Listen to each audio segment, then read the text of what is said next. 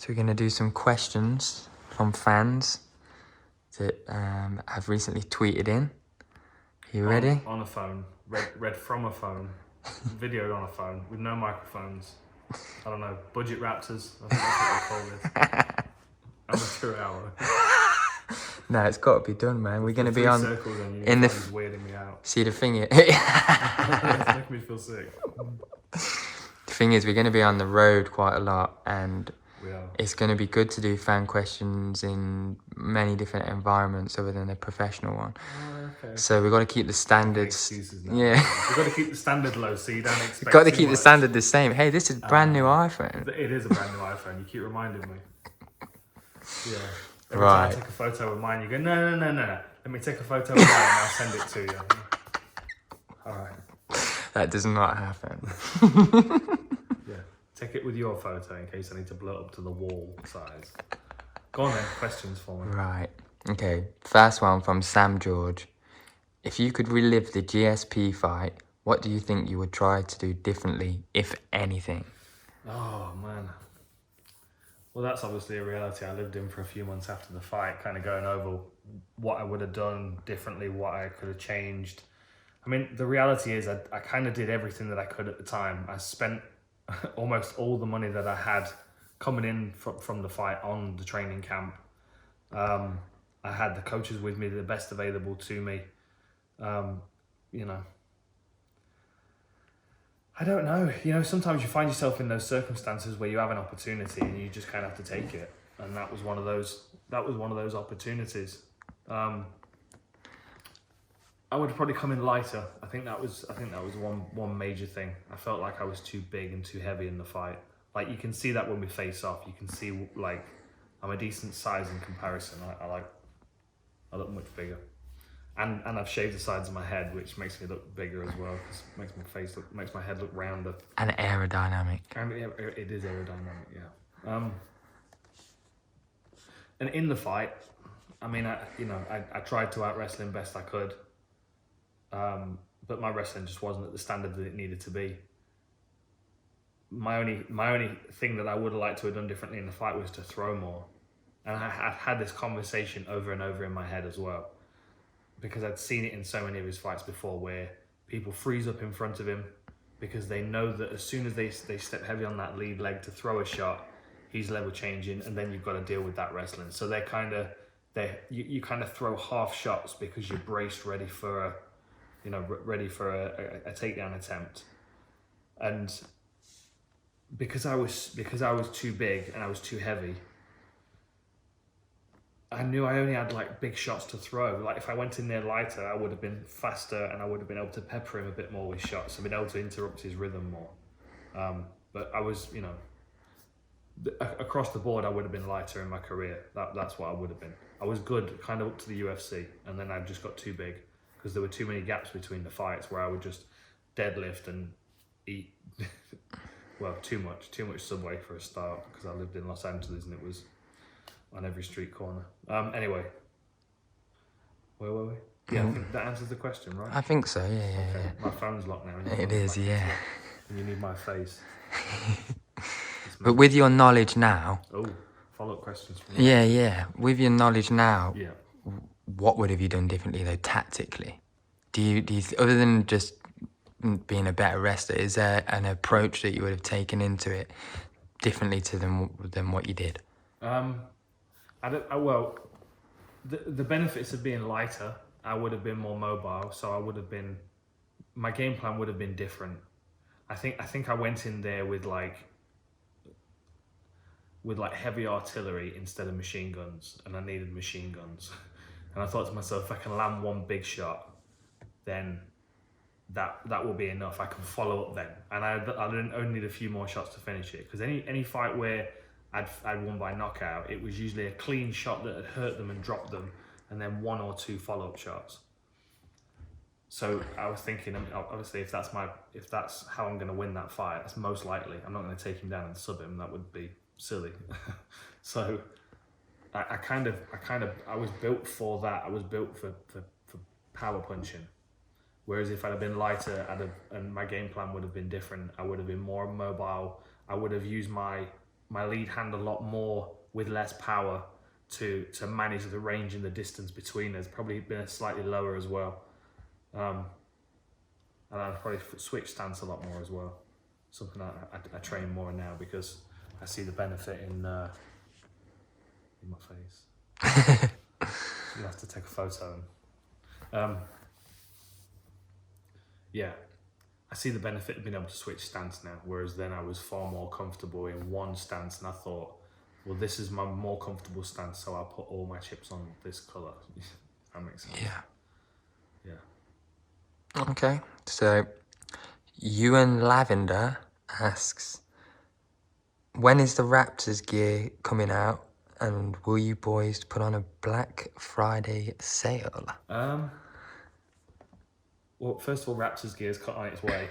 You'd have to complain at Owen for that. He's the one that's on that at the moment. But he's dealing with Christmas orders, so obviously he's busy.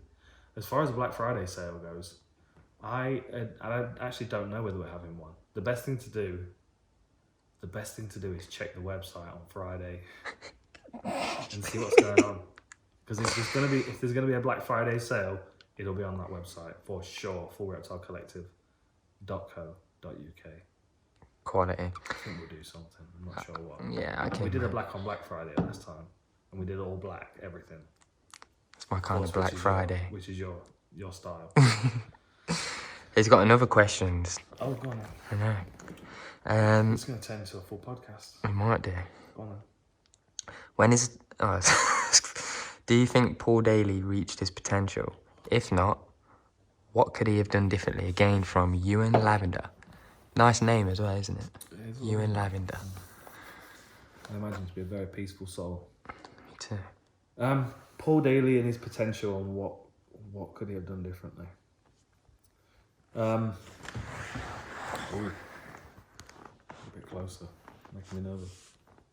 Oh, hang on. I thought encroaching my personal space now. No, Paul Daley not reached his potential for sure, and I'm sure he would hate me saying that, but I think we all know it's the reality. I mean, what he could have done differently was pick his fights better, and not punch people after the bell. That was really what derailed him. Which in comparison to what's been happening recently in the sport, it's really nothing at all. I think his stubbornness in not apologising and kind of, I don't remember a proper apology from him where he said I shouldn't have done that, etc., etc. I don't know exactly what Koscheck was saying to him, but if Paul Daley punched him after the bell, then I would imagine it was something punchable enough to. Anyway, that's beside the point. It's unfortunate because I would have liked to have seen him in the mix at welterweight. I think there was some really fun fights for him, which never got to play out. I mean, you look at his Nick Diaz fight. That was just what a fight that was, and that further reinforced how good Nick Diaz is as well. Like he's the only one that deserves a shot at that BMF belt, really. Anyway. Yeah. I would have liked to. No, I'm not done.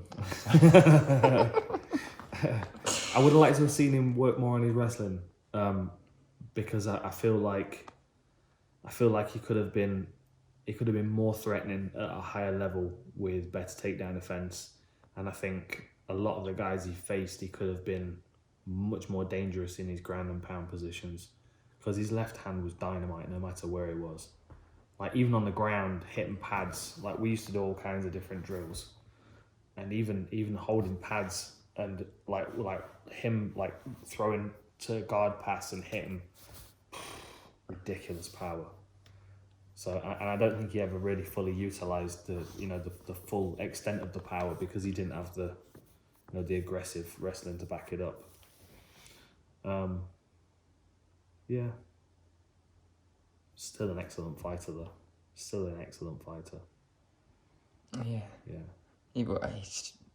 His fight with MVP was pretty entertaining as well. It was.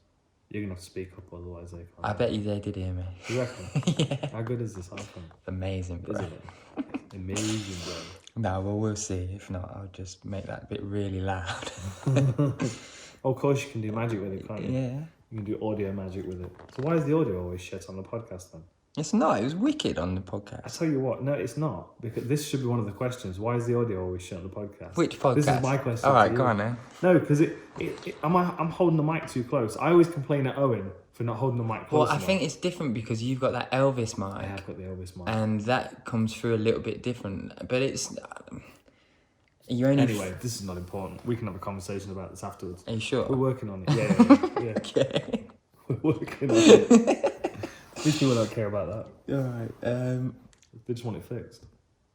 I genuinely, I thought it was sound. Come on. Okay, sorry. Ewan's fucking got another one. Right. Out of all the fighters in the UFC, who do you think could make it the furthest in boxing? Oh. Out of all the fighters in the UFC, who could make it furthest in boxing? That is a tough question. I always like the idea of seeing Jose Aldo in a boxing match. I always felt, I mean, his boxing is very good. The level that he was sparring at during his training camps at boxing was very good, and you could always tell in his movement, you know, that kind of side to side movement. He was always really good at getting off the center line and countering with really tight shots. I think maybe Aldo would have been a good one. I think Frankie Edgar would have also done well in boxing. I'm thinking lighter weights. I mean, you know, there are some guys, some heavyweights that would have been good in boxing. Like I could have seen Alistair Overeem against David Haye. That would have been a good fight, you know, because they both got that kind of long style where they both kind of play on the back foot. But yeah, They're talking about Ngannou and what's his face, Tyson Fury. Oh, are they really? Yeah. In boxing? Yeah. Ngannou against Tyson Fury in boxing? Yeah. And did you see Ali Abdelaziz posted something about Mayweather and Khabib boxing together? What do you think about that? That'd be awesome. Sorry to interrupt your question. No, it's all right. You're running the show, although my phone's locked, isn't it? Yeah. He's terrible at this. I knew I should have sent him to you. It's all right. No, that would be awful. That would be a terrible idea. Why is that? Just because Mayweather's understanding of boxing is just on such a high level. Like there isn't anybody of any level in the UFC that could step in there against Mayweather and really give him any problems.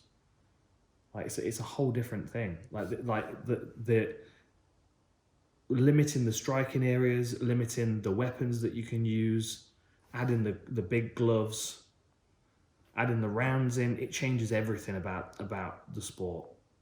And this is my criticism with the bare knuckle stuff, is that I'm not necessarily against bare knuckle, because I think people should be able to do whatever they like. But it's not developed for bare knuckle, the style that they're fighting. Like most of them will still be sparring with gloves on, and of course, because you'd be nuts not to, but they'll still be sparring with gloves on. They'll still be hitting pads like boxers. So that's relying on some padding here to not only protect your hands and the way that you throw the punches, but also to protect your head. You know, you can deflect a lot of stuff off the gloves, and the gloves deflect a lot, especially when they've got sweat on and they're wet. Sometimes they'll get a bit of grease on from the other person's face. You know what I mean? A lot of stuff will slide off the gloves, and people rely on that too much. Whereas bare knuckle, stuff just goes straight through the middle. That's why, like if you look at all the old bare knuckle boxers, they all stand back, and they like curl their fist into like rocks, and they use the back of their knuckles because it's safer for their hands. But we've not developed that yet for bare knuckles, so I think that's going to go in that direction. How did we get into that? Someone asked about boxing. Who would go the furthest into boxing? Oh, that was it. Okay, that was it. I tell you who looked good the other day. Mads Burnell. I'm going to keep talking about him. Oh, Ariel gave you a shout out, didn't he? The Raptors. Yeah. But his boxing was wicked. Very good, very, very good. And what's his name's a good fighter as well. Steve Amiable. Yeah, very good. But he's got that James. You can tell James Toney's his favourite boxer. because he's just got that nice like Philly shell style where he rolls so much off his lead shoulder, and that's difficult to do in MMA gloves. It really is. Robbie Lawler does it quite well, but not so much anymore. He tends to get backed up against the fence, and you can't use that lean over the ropes. Anyway, see, this is why the UFC need to heavily edit me, because my brain just goes off in so many different directions.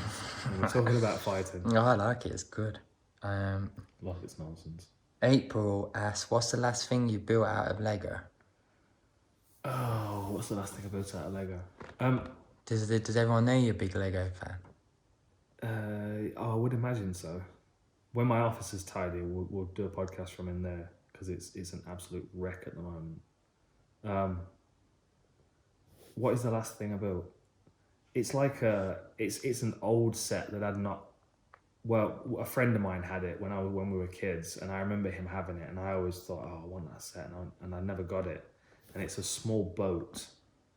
It's like hang on, pass my phone a second. I'm a fiend for eBay, and I bought it on eBay. So yeah, I'll show you. Nice. But it's it's like some of the old sets that. Oh, here we go. Emperor's ship. Very cool. Very exciting. Where is it? Nice. See how good your phone is now, boy. Let me get a nice pan on that. Oh shit! Look at that! Look at the pan. Look at that, everyone. Look at that! It'll slow that down. You'll put some sexy sound effects over it. Some rustling of Lego. Yeah, that was the last thing I built. Because in fact, it arrived while Owen was here, and we were just about to record the podcast. And as you know, the morning ritual is to make coffee. As we have a chat about the weekend and what's to be done for the week, and it arrived, and by the time the coffee was made, I'd already built it. And I kind of don't even notice, especially with the smaller sets. It's just a bit automatic. But the big sets are Lego. I have 3 Pirates of the Caribbean boats. Shall we quickly show them? No, we can't, because my office is trash. Okay. We'll do a podcast from there, but I need to organise some shit. It's a mess.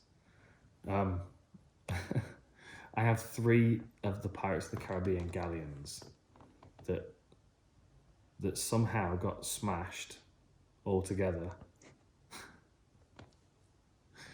And are still in the bag. They still need rebuilding, and it is a clusterfuck of Lego, because there's like one of the sets took me 10 hours to make it, and it was because I couldn't sleep after the Amir Sadala fight. I was in my apartment on my own, like right across from the arena in Nottingham. So I was on a mad high. I was right next to the arena, so I could keep looking out the window and going, "Yeah, it was a good night. It was a good night." But I was just so wired. I could not sleep. And I had this set, so I'm like, right, this is happening. And I remember posting on Twitter, because Instagram had not been invented at that point, I don't think. This was like, 7 years ago? Feels like a long time ago. Anyway, so I was putting updates on my Twitter. It took me 10 hours to do it. The update or the Lego?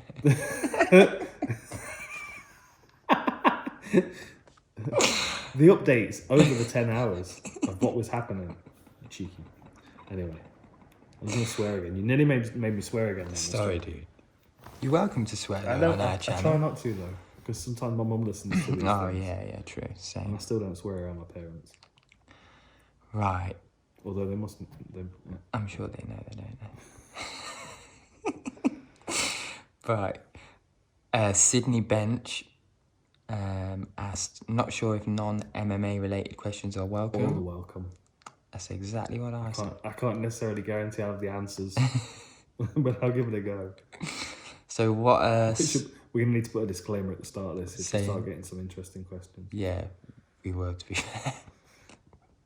These thoughts are Dan's and Dan's alone. They are 100% all Dan's. With the full Reptile channel of the Raptors or any of its subsidiaries.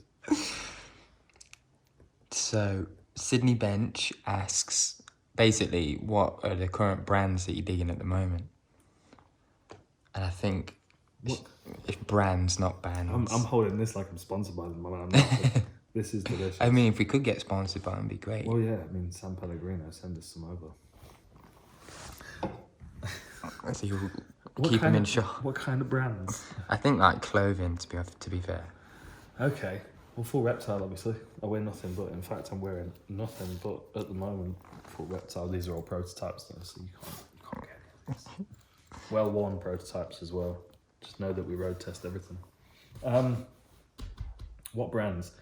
I did buy a nice Adidas tracksuit jacket the other day, didn't I? You did. Mystery's nodding in approval. Yeah, Wearing nice. a Champion sweatshirt and Adidas urban digital Cocktail camera. of a cocktail of loungewear. It looks like a chap's been sick on you. Oh shit. It's a good look. I'm always digging Levi's because they're my jeans. Although I did I need denim jackets. my denim jackets, so again they're Levi's. I did break out my old Doc Martens the other day because now it's winter time. I've got three pairs of Doc Martens, one pair that's well worn, and two pairs that are crispy new and uncomfortable to wear. So I need to break them in. Converse all the rest of the time. Ted Baker for when I'm working. I did see a couple of comments about that, which I'll address here right now. I ain't got a clue what. You don't know what's coming. No, it's probably about me. No, it's not. Oh. I got a couple of comments about the jacket that I was wearing at the last event, and in hindsight, it was fucking awful. It was terrible. What had happened was. Oh, I did notice that as well, to be fair. bad, It's a wasn't bit it? long on Yeah, this. it was on a the- bit too big. I thought I can't be too critical though, because I know how it works and that you weren't wearing that jacket before, and there's a guy that rushes over and he chucks it on and you got to run in there, and so I thought, oh, it's probably a bit of that. Well, no, it wasn't. It was. I mean, it's a nice jacket. It just doesn't fit me very well.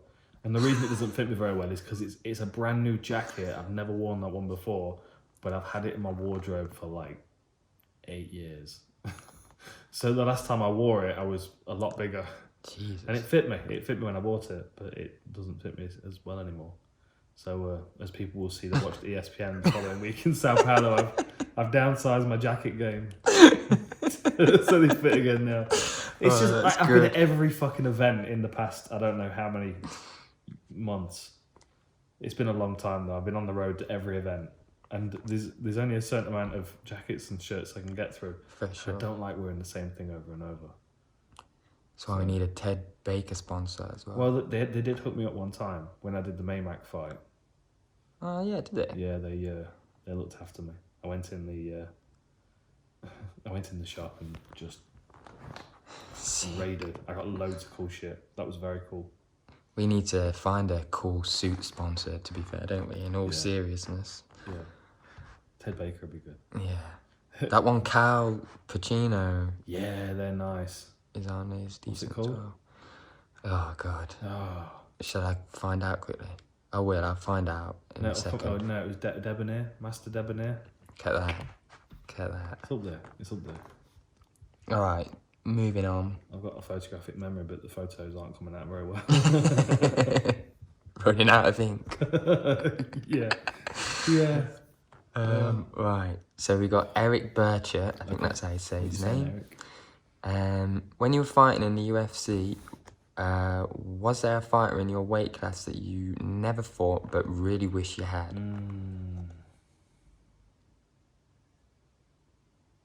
Well,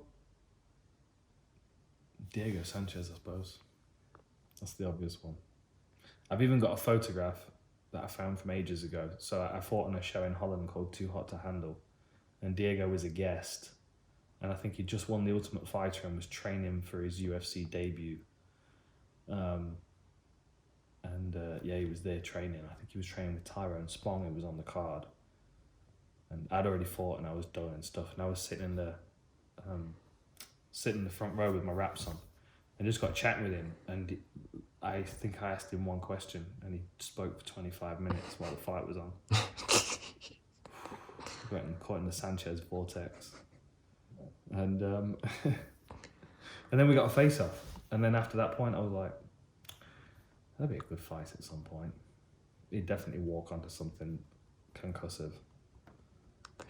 Yeah, so probably that one, Diego Sanchez, I would say. No disrespect, Diego.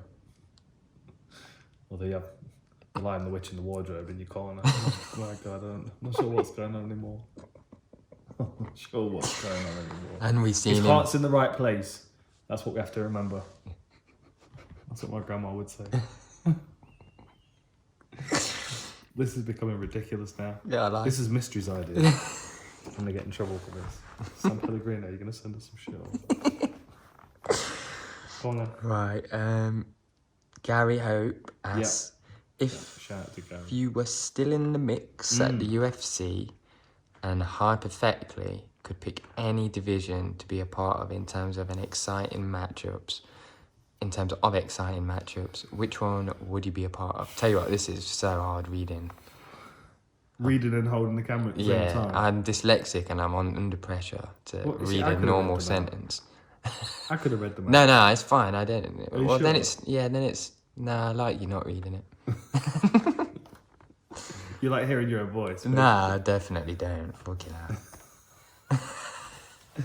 That's all right, Mystery. No, I think, like I said, we should both be mic'd up so people can hear you crisp. Yeah, I reckon they'll hear me better than they hear me on the podcast.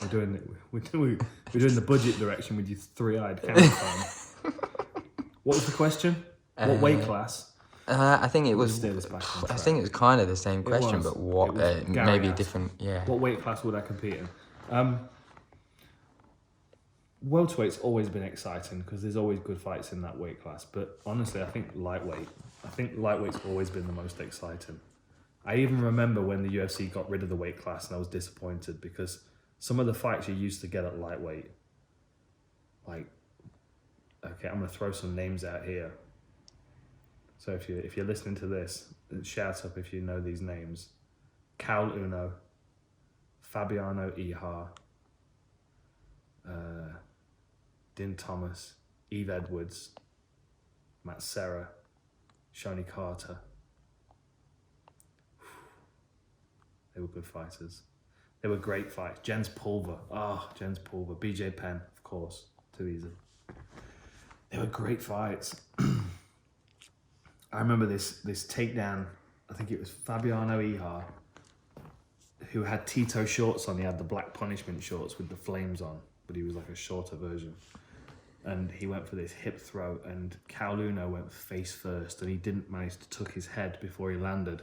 So he hit face on the canvas and then flipped over. Oh, it was brutal. It was brutal. They were good fights there. Wild. Yeah, lightweight division. It's always been a good one. Okay, so Nat Raj asks, who would you favour in a tight between Bisping and Till? In a tight? Yeah. The cross between a tilt and a fight? A fight between... Who would look best in tights, Till or Bisping? Who would look best in tights? That's a tough question. Well, I would say probably Darren Till would look best in tights because he's doing a lot of squatting at the moment and Bisping's doing a lot of resting because he's got a new knee. Yeah, he'll have a limpy tights. Although I'm assuming that is not the question, and the question is actually who would win a fight. I think so, yeah. Okay. Well, it depends what version of Bisping you're getting. Like if you're getting like prime middleweight Bisping, like the Bisping that stepped in there against Luke Rockhold and won the belt. Probably at this stage, Michael Bisping, I would say. Just because of his work rate, his knowledge. That version, but then the later version, the version that fought Kelvin Gastelum, fought GSP to defend the belt, fought Dan Henderson, I would say Till would probably clip him with something clean. You know, I think we're not even seeing his potential yet. Darren Till at middleweight. I think he's going to grow into the weight class. His power will come. I mean, he jumped straight into the deep end with Gastelum. So, like I said on the podcast, I think if he gets Whittaker next, I mean, who do you need? One more before you fight for the title? Yeah. Yoel Romero's the hand grenade. Everybody that fights him looks like they've ran into a wall. Paulo Costa, is he injured? I think so, yeah. Is he? Yeah, who knows about that guy? chiseled out of steel. Okay, does that answer the question? It does. What do you think? I'll ask a couple though. Go on. What do you think? What do you think Israel Adesanya should do then for his next fight? Because dance moves go. Nah, Thriller, Michael Jackson, the zombie thing. That would be good. What do I think? Because obviously, so all right. So my point is, he's supposed to fight Paulo Costa, but he can't because he's injured. And I believe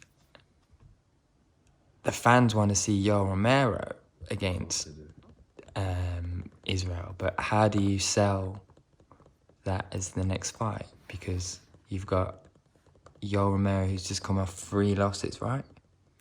Yoel Romero is coming off 3 losses. And I'm filming you. So what do you think we should do? Well, I think you can drop this in on the bottom so we can compare whose camera phone's better. All right. Well, mine's definitely wider. Oh, hang on. There we go. This guy's a pro now. So See, look at it. He's got his Bellator wristband on.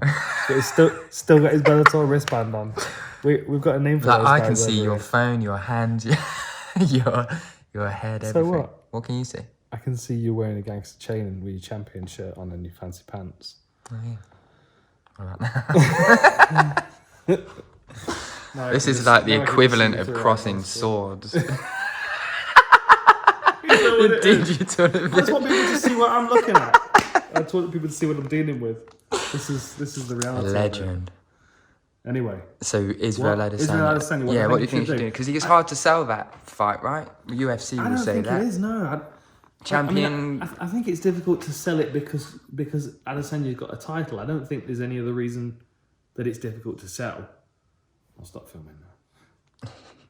I don't think there's any reason why. I don't think it's difficult to sell because this Yoel Romero's name carries a lot of weight because of these 2 fights with Whittaker, because of what he did to Weidman.